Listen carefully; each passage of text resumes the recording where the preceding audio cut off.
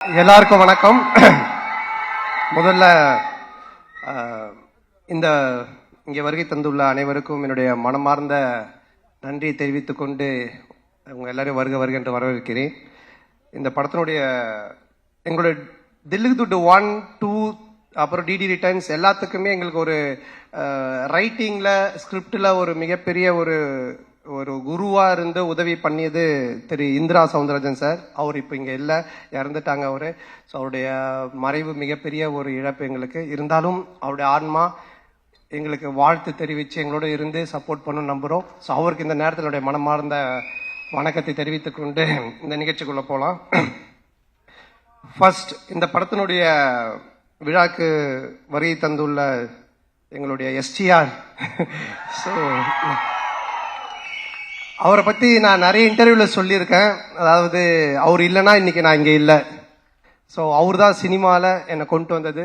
அதுக்கு முன்னாடியே அவர் படத்தில் நான் வந்துட்டு அட்மாஸ்பியர் நடிச்சிருக்கேன், காதல் அழிவதில்லை படத்தில். அதுக்கப்புறம் அவர் எடுத்து போட்டு பார்த்துட்டு இது நடுவில் வந்து மூஞ்சல் இவ்வளோ ரியாக்ஷன் கொடுத்துட்டு இருக்குது, நீயும் நானும் கூல் சுரேஷும் தான் நடுவில் போய் டிஸ்டர்ப் பண்ணிட்டு இருப்போம்.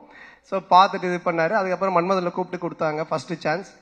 மன்மதனில் ஃபர்ஸ்ட் டே ஷூட்டிங் போய் நான் ரெடியாக நின்றுட்டு இருக்கேன். அதில் வந்து அவர் அந்த மொட்டை கேரக்டராக உள்ளே வருவார்.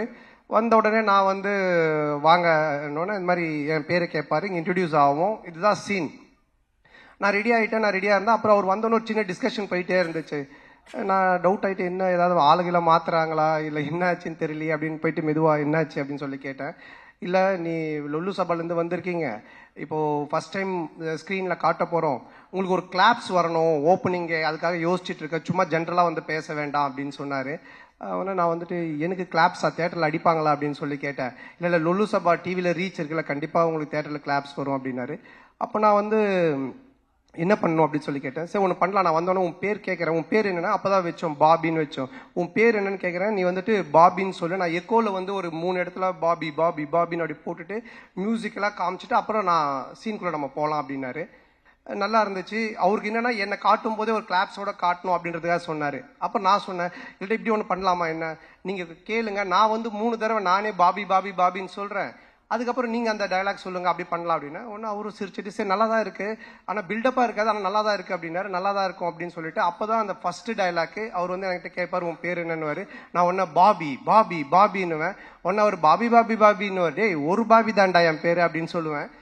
அதுக்கப்புறமா பில்டப்புக்காக 3 தடவை சொன்னோம் அப்படின்னு. ஸோ இப்படி தான் என்னோட ஃபர்ஸ்ட் சீன் அவரோட ஆரம்பிச்சது. நான் எதுக்காக இதை சொல்ல வரேன்னா, அன்னைக்கு தியேட்டரில் ஸ்க்ரீனில் எனக்கு கிளாப்ஸ் வரணும் அப்படின்னு எடுத்துக்கிட்ட அந்த அக்கறை ஆகட்டும், அந்த அன்பாகட்டும், இன்னைக்கு வரைக்கும் குறையவே இல்லை. அதே அன்பு அதே அக்கறை இப்போ பண்ற STR 49லையுமே என்கிட்ட என்ன சொன்னார்னா, டைரக்டரை கூப்பிட்டு சாண்டாக்கு என்ன வேணும், சாண்டா எப்படி நம்ம நல்லா யூஸ் பண்ண முடியும், சாண்டாக்கு என்ன பண்ண முடியும், அதை முதல்ல யோசிங்க அப்படின்னு தான் சொன்னார். அன்னைக்கு கூட வீட்டில் போய் மொட்டை மாடியில் பார்த்து ஒரு 3 hours டிஸ்கஷன் பண்ணும்போது என்னை பற்றி மட்டுமே தான் பேசிட்டு இருக்காரு.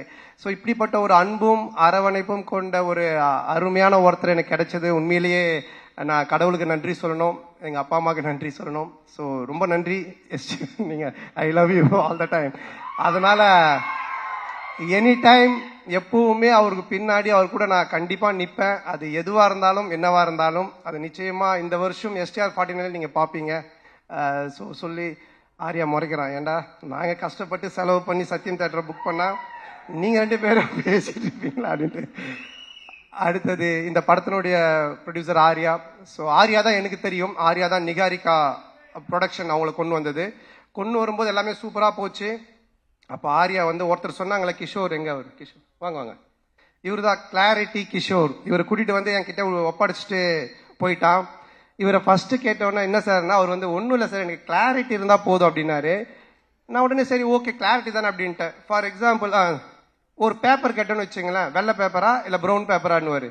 வெள்ளை பேப்பர் கோடு போட்டுதா போடாதா, கோடு போட்டது, இப்படி போட்டதா இப்படி போட்டுதா, சரி இப்படி போட்டது, சரி போட்டதுக்கு அப்புறமா உங்களுக்கு A4 ஷீட் வேணுமா சின்னதாக வேணுமா, இப்படியே போயிட்டே இருக்கும் இந்த கிளாரிட்டி. இதுக்கு எண்டே கிடையாது. நான் சொல்லுவேன், சார் நீங்கள் எதனா ஒரு பேப்பர் கொடுங்க, நாங்கள் எடுத்துகிட்டு போகிறோம் அப்படின்ட்டு. ஸோ என்னன்னா, சினிமாவில் இந்த அளவுக்கு ஒரு கிளாரிட்டியாக நான் ஃபர்ஸ்ட் டைம் ஒர்க் பண்ணது இவர் கூட தான். ஆனால் அது நல்லா இருந்துச்சு. ஏன்னா பிஃபோர் பேப்பரில் நம்ம எல்லாத்தையும் கிளாரிட்டியாக பண்ணதுனால இவ்வளோ பெரிய படத்தை எங்களால் கொஞ்சம் ஈஸியாக எடுக்க முடிஞ்சது.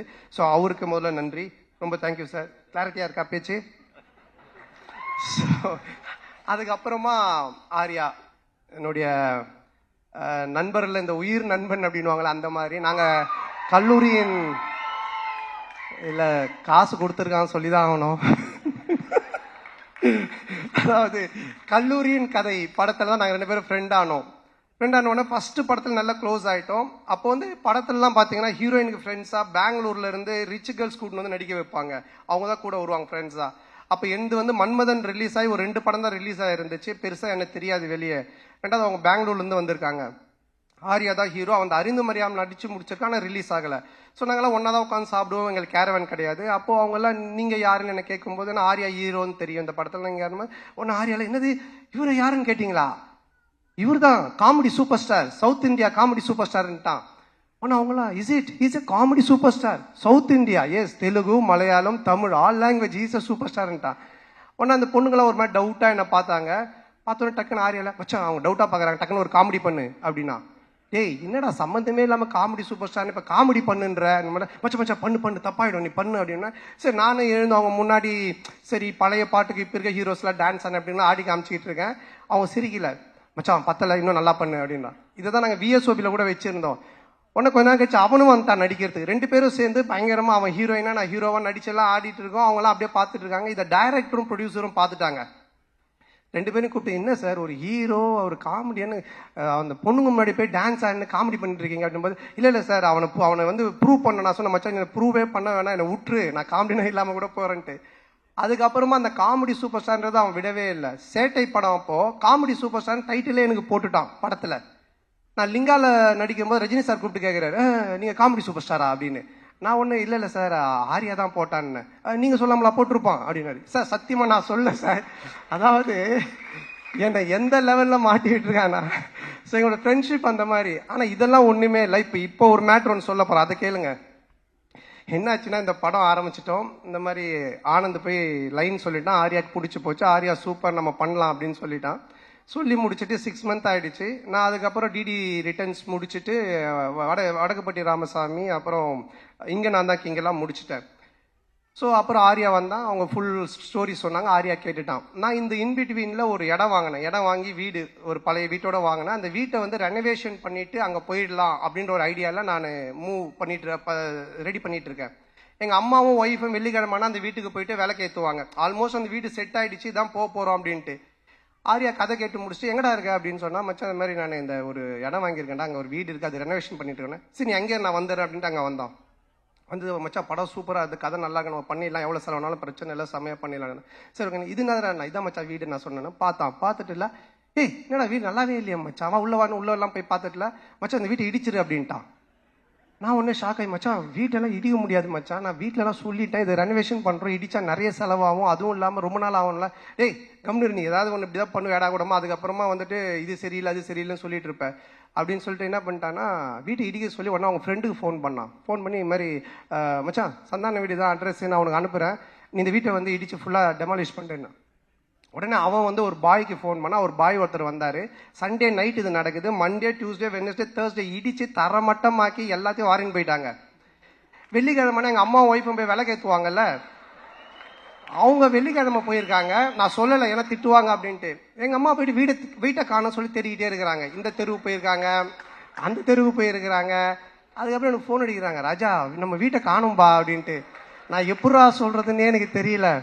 அதுக்கப்புறம் கொஞ்சம் வீட்டுக்கு வரமா நான் சொல்ற மாட்டேன், வீட்டை காணண்டாரு. இல்லம்மா நான் வந்து சொல்றேமான்ட்டு. அம்மா இல்லம்மா ஆர்யா வந்தா அன்னைக்கு பார்த்துட்டு வீட்டை இடிச்சிரு புதுசா காட்டலாம் நல்லா வரும், அவன் சொன்னா கரெக்டா இருக்குமா அப்படின்னா.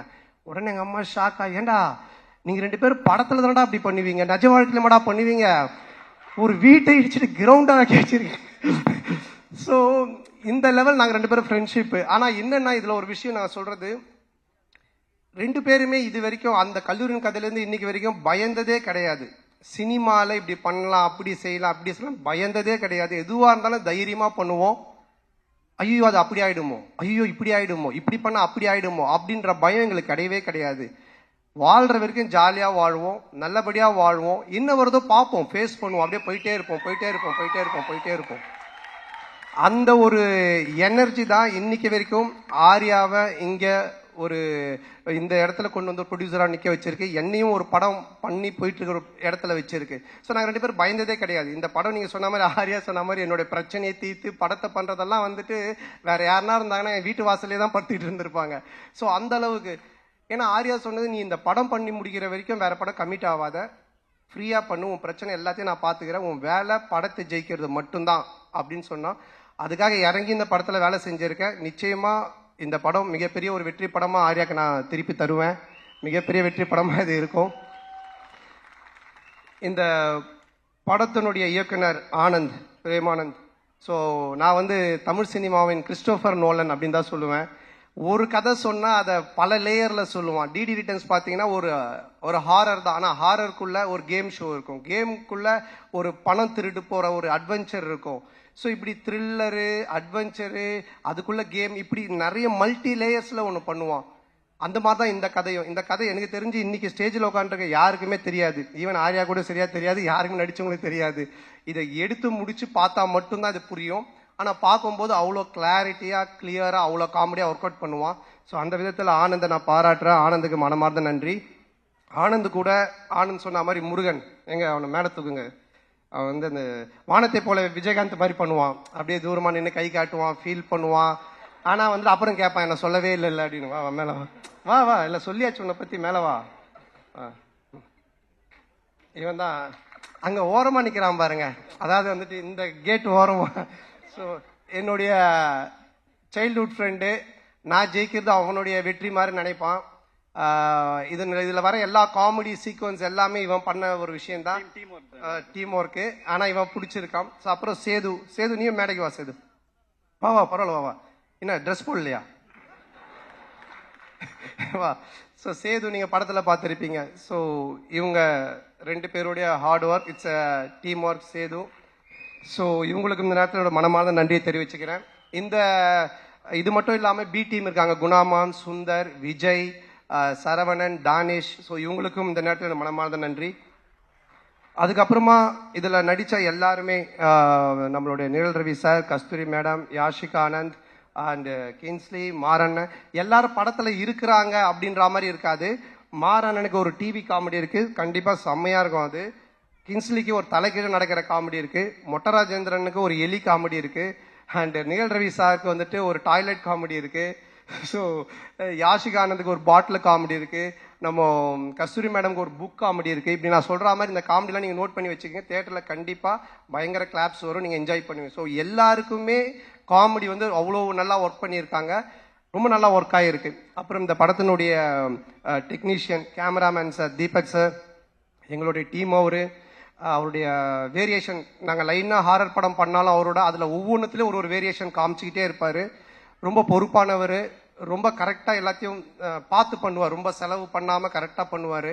ஸோ ரொம்ப என்னை அழகாக ரொம்ப நல்லா காமிச்சிருக்காரு இந்த படத்தில். ஸோ அவருக்கு என்னுடைய மனமார்ந்த வாழ்த்துக்கள். அவருடைய டீம் பாலாஜி, கார்த்தி அண்ட் கிளின்டோ, அவங்களுக்கும் வாழ்த்துக்கள். கேமராமேன் சார் வந்துட்டு ஒன்லி ஒர்க்கு மட்டும் இல்லை, அங்கே நிறைய ரோப் ஷாட்லாம் போயிட்டே இருக்கும்ல, கேமராவில் தான் இருப்பார். கட்டு சொன்னோன்னே டக்குன்னு கேமரா விட்டு ஓடி வந்து ரோப்பில் வரும்போது அப்படி கை கொடுப்பாரு. இல்லை சார், சிரிக்கிறார் பாருங்க, ஏன்னா ஹீரோயினுக்கு தான் கொடுத்தாரு. கை கொடுத்தது உண்மை, ஆனால் ஹீரோயினுக்கு, எங்களுக்கு இல்லை. ஸோ ரொம்ப நல்ல மனிதர். அடுத்தது நம்ம ஆர்ட் டைரக்டர் மோகன் சார். ஸோ அவர் என்னன்னா, நாங்கள் ஒரு 4-5 செட்டு போட்டோம் கோகுலம் ஸ்டுடியோவில். செட்டு போட்டுட்டு அதுக்கப்புறம் நம்ம கிளாரிட்டி கிஷோர் சார் இருக்கார் இல்லையா, எல்லா செட்டையும் பிரித்து மாற்றி திருப்பி அதையே பெயிண்ட் பண்ணி இப்படி காட்டுங்கன்ட்டாரு. ஸோ அவர் ரொம்ப கன்ஃபியூஷன் ஆகிட்டார், டே நைட் ஒர்க் போயிட்டு இருக்குது, ரொம்ப கன்ஃபியூஷனு. இப்போ 4 சைடு செட்டு போட்டார் இல்லைங்களா, 4 சைடு திருப்பி அவர் திரும்ப கலர் மாற்றி காமிக்கிறேன்னு சொல்லி மாற்றி பண்ணிட்டாரு. நாங்கள் வந்தோன்னா காட்டுறாரு, வழி இல்லை போகிறதுக்கு, சுற்றி கிணறு மாதிரி இருக்குது. என்னடா இது எப்படி சார் இப்படி போகிறதுன்னா, ஏணி போட்டு ஏறி உள்ளே போய் பார்த்துட்டு திருப்பி ஏணி போட்டு ஏறி வெளியே வந்துடுங்க, அதுக்கப்புறம் நமக்கு எங்கே வழி வேணுமோ நம்ம வச்சுக்கலாம் அப்படின்ற லெவலில் ஒர்க் பண்ணார். ஏன்னா நாங்கள் காமெடி செட்டுக்குள்ளே பண்ணும்பொழுது இதை மாற்றுங்க, அதை மாற்றுங்க, இதை இடிங்க அப்படின்னுவோம். ஸோ அதெல்லாம் தாங்கிக்கிட்டு அவரோட டீம் அவரும் ஒர்க் பண்ணாங்க. ஸோ இதில் ஒவ்வொரு ஒர்க்குமே செட் ஒர்க் அவ்வளோ பியூட்டிஃபுல்லாக இருக்கும். மோகன் சாருக்கு நன்றி. அண்ட் தென் இந்த படத்தினுடைய மியூசிக் டைரக்டர் ஆஃப்ரோ, மிகப்பெரிய பலம், ஒரு படத்துக்கு மிகப்பெரிய பலமே அதனுடைய மியூசிக்னுவாங்க. இப்பவே இந்த சாங் கோவிந்தா சாங், அப்புறம் இன்னொரு சாங் ரெண்டுமே நல்லா ஹிட் ஆகி வைரலாக போயிட்டு இருக்கு. ரீ ரெக்கார்டிங்கில் ஆஃப்ரோக்குன்னு கண்டிப்பாக நீங்கள் கிளாப்ஸ் பண்ணுறாம ஒரு 4 இடம் இருக்கு. ராஜேந்திரன் சாருக்கு ஒன்று வாசிச்சிருக்காரு, அந்த இடம் இன்னும் ஒரு 3 இடம் இருக்கு. பிட்டு சாங் ஆனால் செம்மையாக இருக்கும். அதுக்கு என்னோட வாழ்த்துக்கள். And heroine Geethika. So Anand சொன்ன மாதிரி ஃபர்ஸ்ட் டே வரும்பொழுதே அவங்க எல்லா costumes, pedicure, manicure, hair wash எல்லாம் பயங்கரமாக வந்தாங்க. வந்த உடனே இப்போ எங்களுக்கு என்ன காஸ்டியூம்னு அந்த தலையெல்லாம் அழுக்காக்கி கையெல்லாம் அந்த கரியில் போட்டு பெரட்டி அழுக்கு கவுனை கொடுத்து அப்படி தான் எடுத்தோம். பட் ஆனால் அவங்க அதை ரொம்ப நல்லா பண்ணாங்க. உடனே மூட் அவுட் ஆகி ஐயோ என்ன இப்படி இருக்கலாம் இல்லாமல். ஸோ அது மட்டும் இல்லாமல் ஒரு 3 வேரியேஷன் கேரக்டர் பண்ணியிருக்காங்க. ஜெசிகா, ஹர்ஷினி இப்படிலாம் பண்ணியிருக்காங்க. ஸோ ரொம்ப நல்லா பண்ணாங்க. ஸோ அவங்களுக்கு இந்த நேரத்தில் வாழ்த்துக்கள். அண்ட் எடிட்டர் பரத், என்னுடைய படத்தில் நாங்கள் எழுத ஆரம்பித்த பேப்பர்ல இருந்தே கூட உட்காந்து கட் பண்ணிட்டு இருந்தாரு எடிட்டிங். ஸோ அவருக்கும் வாழ்த்துக்கள். அண்ட் இந்த டீம், என்னுடைய டீம் குஷி, ககன் அண்ட் மகேஷ், இளங்கோ, இவங்க எல்லாருக்கும் வாழ்த்துக்கள். அண்ட் இந்த படத்தினுடைய மெயின், அதாவது டிடி தில்லிதுட்டு 1, 2, 3 இதெல்லாம் பார்த்துருக்கேன். டிடி ரிட்டர்ன்ஸ் அதே டீம் எல்லாம் பார்த்துருக்கேன். இதில் என்ன புதுசு, இதில் நம்ம என்ன பார்க்கறதுக்கு இருக்கு அப்படின்னு நீங்கள் நினைச்சீங்கன்னா, Gautham Menon sir, GVM sir இருக்காங்க, அண்ட் செல்வராகவன் சார் 2 பேர் இருக்காங்க. இந்த 2 பேருமே ஹாரர் ஜானர்ல இப்படி ஒரு கேரக்டர் பண்ணியிருப்பாங்களா அப்படின்ற மாதிரி தான் ஒன்று பண்ணியிருக்கோம். அது உங்களுக்கு பெரிய ட்ரீட்டாக இருக்கும், ஒரு மிகப்பெரிய ஒரு எக்ஸைட்மெண்ட்டாக இருக்கும் அவங்க 2 பேருடைய போர்ஷன்ஸ். ஸோ அவங்களுக்கும் இந்த நேரத்தில் என்னுடைய மனமார்ந்த நன்றியை தெரிவிச்சுக்கிறேன். And then stunt master Selva and Hari master அவர்களுக்கும், டிசைனர் தினேஷ் அண்ட் எல்லாருக்குமே இந்த நேரத்தில் என்னுடைய மனமார்ந்த நன்றி தெரிவிச்சுக்கிறேன். அப்புறம் இந்த படத்தை ரிலீஸ் பண்ணக்கூடிய சண்பகமூர்த்தி சார் அண்ட் ராஜா அவர்களுக்கும் என்னுடைய நன்றி. அண்ட் இந்த படத்தின் சேட்டலைட் ரைட்ஸ் வாங்கியிருக்க ZTV அவர்களுக்கும் என்னுடைய நன்றி. ஸோ எப்பவுமே நான் ஒன்று சொல்லுவேன், நம்ம ஒன்று ஜெயிக்கிறோம், ஒருத்தர் ரொம்ப உச்சத்துக்கு போகிறான், இல்லை லைஃப்பில் ரொம்ப ஒரு உயரத்துக்கு போகிறான் அப்படின்னு சொன்னால், நான் ஃபார் எக்ஸாம்பிள் ராமாயணம் கூட சொல்லுவேன். ராமரை பற்றி எல்லாரும் பேசுவாங்க, ஆனால் அதுக்கு காரணம் ராமர் மட்டும் இல்லை, அதில் அவர் கூட இருந்து அவரை பற்றி பேசின சீதா அண்ட் லக்ஷ்மணன், விபூஷணன், பரதன், ராவணன், இப்படி எல்லா கேரக்டருமே சேர்ந்தது தான் அந்த ராமன் அப்படின்ற ஒரு எலிவேஷன். அந்த மாதிரி யாரா இருந்தாலுமே வாழ்க்கையில் ஒருத்தன் ஒரு உயரத்துக்கு போறான்னா அவன் மட்டுமே இல்லை, அவனோட டேலண்ட்டை மட்டுமே காரணம் இல்லை, அவனை சுற்றி இருக்கிறவங்க எல்லாருமே காரணம். அப்படி என்னை சுற்றி இருக்கிற இங்க இருக்கிற என்னுடைய நண்பர்களாக இருக்கக்கூடிய, மேடையில் இருக்கக்கூடிய எல்லாருமே, அப்புறம் ஏதோ சிரீஷ் நண்பர் அந்த கடைசியில் உட்காந்துருக்காரு. ஸோ இந்த மாதிரி ஒரு நட்பு எல்லாம் கிடைச்சது எனக்கு மிகப்பெரிய ஒரு பாக்கியம் தான் நினைப்பேன். என்னுடைய முதுகெலும்பா இருந்து என்னுடைய டீம் எனக்காக எழுதிட்டு இருக்கிறது, இந்த மேடையில் உட்காந்துட்டு இருக்கு, எனக்கு வாய்ப்பு கொடுத்த STRல இருந்து, இன்னைக்கு நான் இங்கே ஹீரோவா இந்த படத்தில் நிற்கிறதுக்கு காரணமா இருக்க ஆர்யால இருந்து, மாறன்ல இருந்து எல்லாருமே, அண்ட் தென் அன்னைக்குல இருந்து இன்னைக்கு வரைக்கும் எனக்கு சப்போர்ட் பண்ணிட்டு இருக்கிற மீடியா அண்ட் பிரஸ். ஸோ ரொம்ப நெருங்கிய நண்பர்கள் நிறைய பேர் இருக்கீங்க. பர்சனலாக ஃபோன் பண்ணி இதை இப்படி சொல்லுங்க, இதை பண்ணுங்க, செய்யுங்கன்னு எனக்கு சப்போர்ட் பண்ணிட்டு இருக்கீங்க நீங்கள். அதுக்கப்புறம் ரொம்ப என்ன சொல்றது, நம்ம ஃப்ரெஷ்ஷாக ஜாலியாக ஒன்று ஒர்க் பண்ணால் நம்ம குடும்பம் ஃபர்ஸ்ட் ஹாப்பியாக நம்மளை வச்சுக்கணும். ஸோ என்னுடைய அம்மா, என்னுடைய மனைவி, என்னுடைய குழந்தைகள், ஸோ அவங்களுடைய இன்புட்ஸ், அவங்களுடைய அன்பும் அரவணைப்பும். அப்புறம் 12 வருஷம் கழிச்சு ஒருத்தன் படம் அந்த காமெடியை ரசிக்கிறீங்கன்னா, என் மேல அளவு கடந்த அன்பு வச்சிட்டு இருக்கிற என் உயிரினும் மேலான அன்பு சொந்தங்களாகிய என்னுடைய ரசிகர்கள் நீங்க தான். ஸோ உங்களுடைய இந்த ஒரு அன்பும் மிக முக்கிய ஒரு காரணம். அதுவும் இல்லாமல் இன்னைக்கு ஃபங்க்ஷனில் ரொம்ப நாளைக்கு அப்புறம் என்னுடைய சொந்தங்களை கூட்டின்னு வந்திருக்கேன். மாமா, அக்கா, அண்ணன், சித்தி, அத்தை, மாமான்னு. ஸோ அவர்களுக்கும் எல்லா குட்டீஸ்க்கும் இந்த நேரத்தில் என்னோட மனமார்ந்த நன்றியை தெரிவிச்சுக்கிறேன். May 16th ரிலீஸ் ஆகுது. டெஃபினட்டாக படம் உங்கள் எல்லாரையும் மிக பெரிய லெவலில் திருப்திப்படுத்தும். நல்ல காமெடி ஒர்க் பண்ணியிருக்கோம். நீங்கள் தேட்டரில் போய் பாருங்கள், பயங்கரமாக என்ஜாய் பண்ணுவீங்க. டிடி ரிட்டர்ன்ஸை விட ட்ரிபிள் மடங்கு உங்களுக்கு ஒரு ட்ரீட் இருக்குது. அதை ரொம்ப ஆணித்தனமாக நான் சொல்லுவேன். ஸோ டெஃபினட்டாக நல்லா என்ஜாய் பண்ணுவீங்க. அது மட்டும் இல்லை, கொஞ்சம் பார்த்து பண்ணுங்க. என் காசாக இருந்தால் பரவாயில்ல, நண்பன் காசு. ஸோ அதனால இந்த வாய்ப்புக்கு நன்றி கூறி, மற்றும் வேற யாரும் நம்ம மதன் டீம், மதன் அண்ட் பரத், என்னோட டீம் ப்ரொடக்ஷன் டீம் பார்த்துக்கிற Bharath, Kishore and Dev and Krishna, Jai, so அவங்களுக்கும், இப்படி எல்லாரும் மற்ற யார் பேர்லாம் நான் விட்டுருக்கேன்னு தெரியல, எல்லாருக்கும் ஸோ எல்லாருக்கும் என்னுடைய மனமாத நன்றி தெரிவித்து விடைபெறுகிறேன். மே 16 மறக்காம தேட்டரில் போய் பாருங்க. நல்ல படம், பயங்கரமா என்ஜாய் பண்ணுவீங்க. ஃபேமிலியோட குழந்தையோட பாருங்க. குழந்தைங்களுக்கு தான் மெயினாக நிறைய சீக்வன்ஸ் ஒர்க் பண்ணியிருக்கோம். பயங்கரமா என்ஜாய் பண்ணுவீங்க. தேங்க்யூ, தேங்க்ஸ், நன்றி.